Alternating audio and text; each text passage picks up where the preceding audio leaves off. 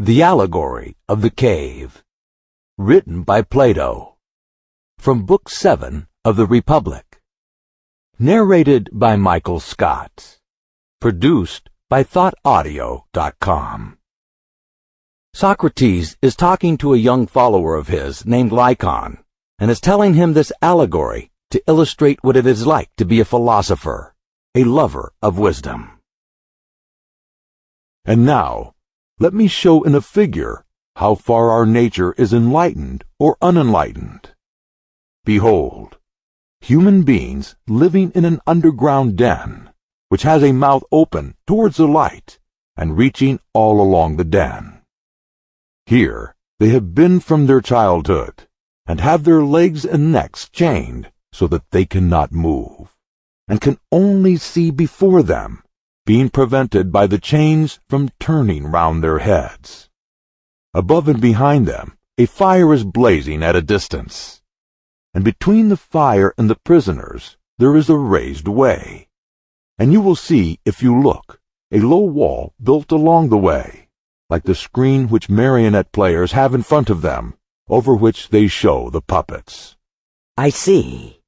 And do you see, I said, men passing along the wall, carrying all sorts of vessels, and statues and figures of animals made of wood and stone and various materials, which appear over the wall.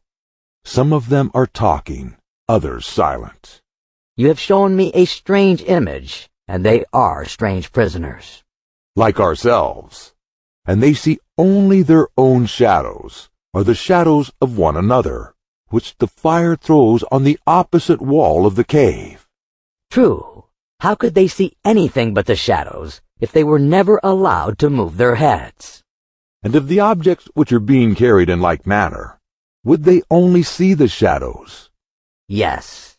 And if they were able to converse with one another, would they not suppose that they were naming what was actually before them? Very true. And suppose further that the prison had an echo which came from the other side. Would they not be sure to fancy, when one of the passers-by spoke, that the voice which they heard came from the passing shadow? No question.